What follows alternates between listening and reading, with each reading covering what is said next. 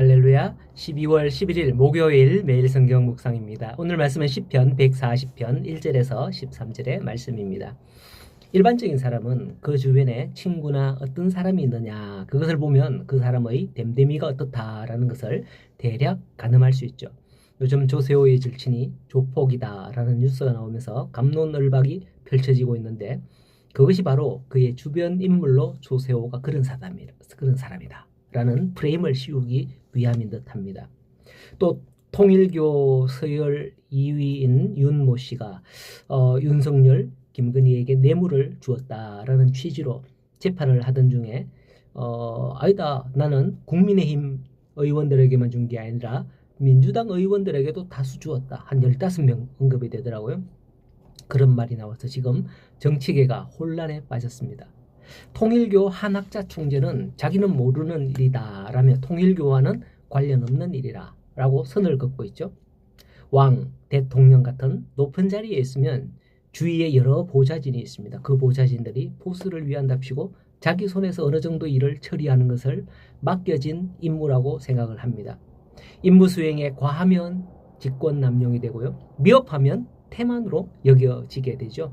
과하지도 미흡하지도 않게 잘 보좌하는 게 그들의 임무이지만은 그게 아무래도 그들을 고용한 이의 인격에 맞춰져 있지 않나, 그렇게 생각이 되어집니다. 이러한 사건을 염두에 두고 오늘 말씀을 보면 이토록 사람들이 다윗을 왜 핍박했는지 그게 짐작이 가요. 오늘 말씀 시편은 다윗의 시편으로서 다윗의 비탄시로 알려져 있습니다. 비탄시. 앞 두 시편은 찬양시이지만은 앞으로 묵상할 140, 141, 142 이 세 편은 비탄시입니다. 비탄이란 슬픔과 탄식이 매우 깊고 처절한 상태, 즉 크게 슬퍼하며 한탄하는 마음을 뜻하죠. 오늘 시편을 다윗이 비탄으로 이 시를 짓게 되는 배경이 사울 왕으로 인함입니다. 사울 왕이 이스라엘 초대 왕으로 있을 때에 다윗이 사무엘로부터 차기 왕으로 기름 부음을 받은 후에 이 일이 일어났습니다. 그때에 사울 왕과 그의 추종자들로부터 부당한 핍박을 당하며 약 10여 년의 망명 생활을 하던 그때 이 시가 지어졌거든요. 이러한 배경 속에서 다윗은 악인들의 광포로부터 구원을 강구하는 시로 하나님께 탄원하고 있는 거예요. 본문 1절에서 5절을 보면 다윗은 악인들이 자신을 해치기 위해 음모를 꾸미고 입술로 악한 말을 하며 나아가 행동으로 자신을 압박하며 궁지로 몰아넣은 사실을 히브리시 특유의 회화적 표현으로 묘사함으로써 자신이 처한 급박한 그 위기 상황을 생생하게 나타내고 있습니다.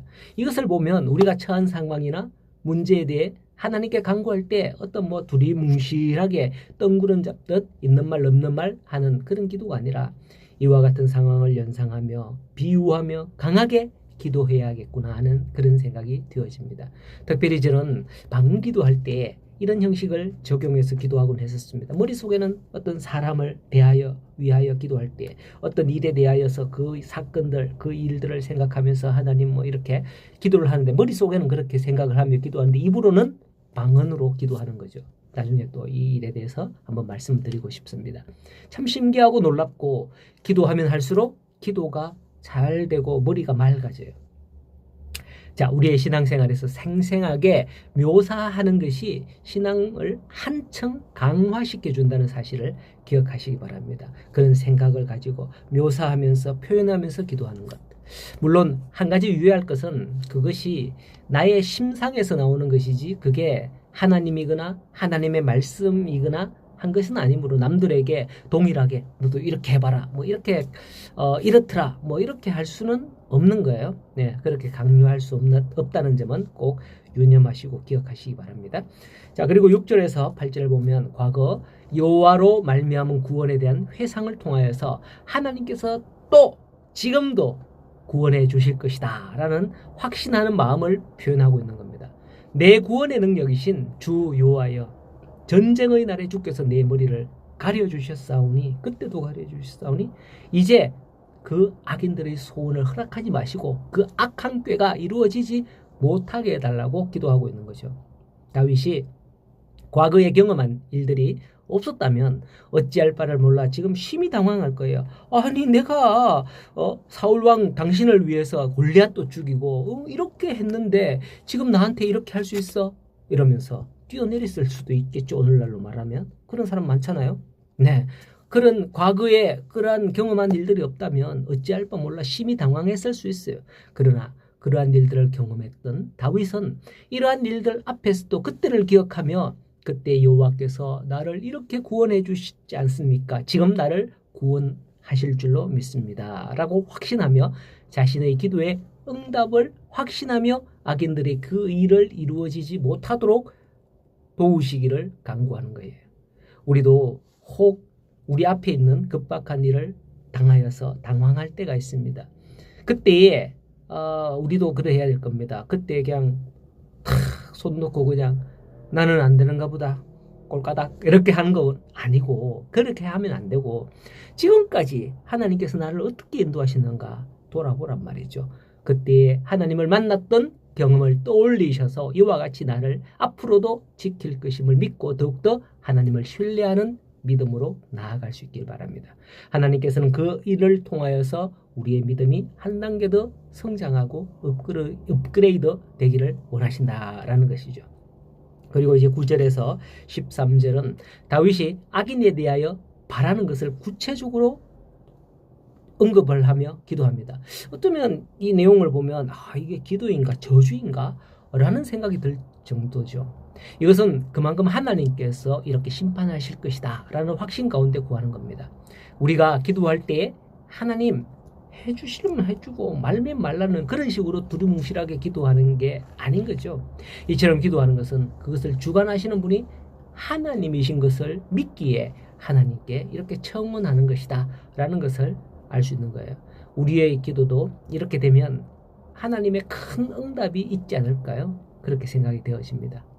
자, 이제 마지막으로 한 가지 생각해 볼 게 있는데요. 여기 보니까 관로 해갖고 셀라라는 말이 많이 나오죠. 셀라라는 단어가 시에서 등장 많이 하는데요.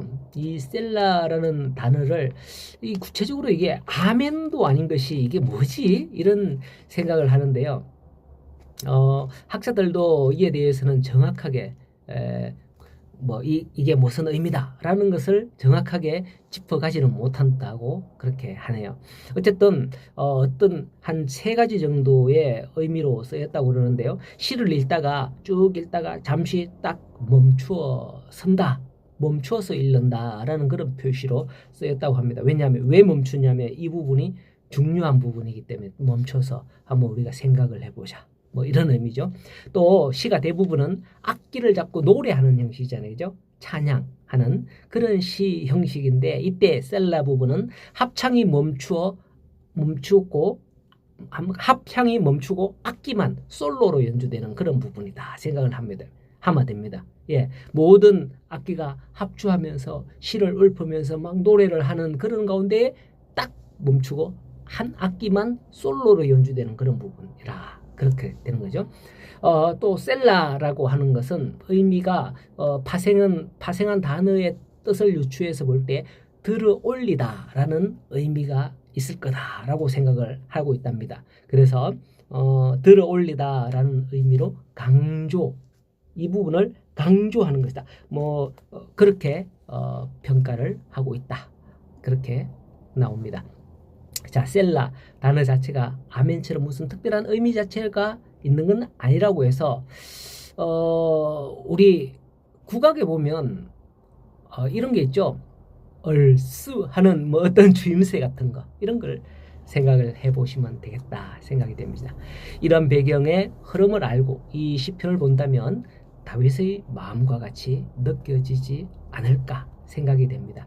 이 시라는 표현은 어느가 다른 번역본으로 지어내의 마음을 충분히 녹여내지 못하는 게 사실이잖아요. 영시를 우리가 읽을 때 영어로 지었던 그 사람의 마음을 충분히 이해할 수 없잖아요. 그죠?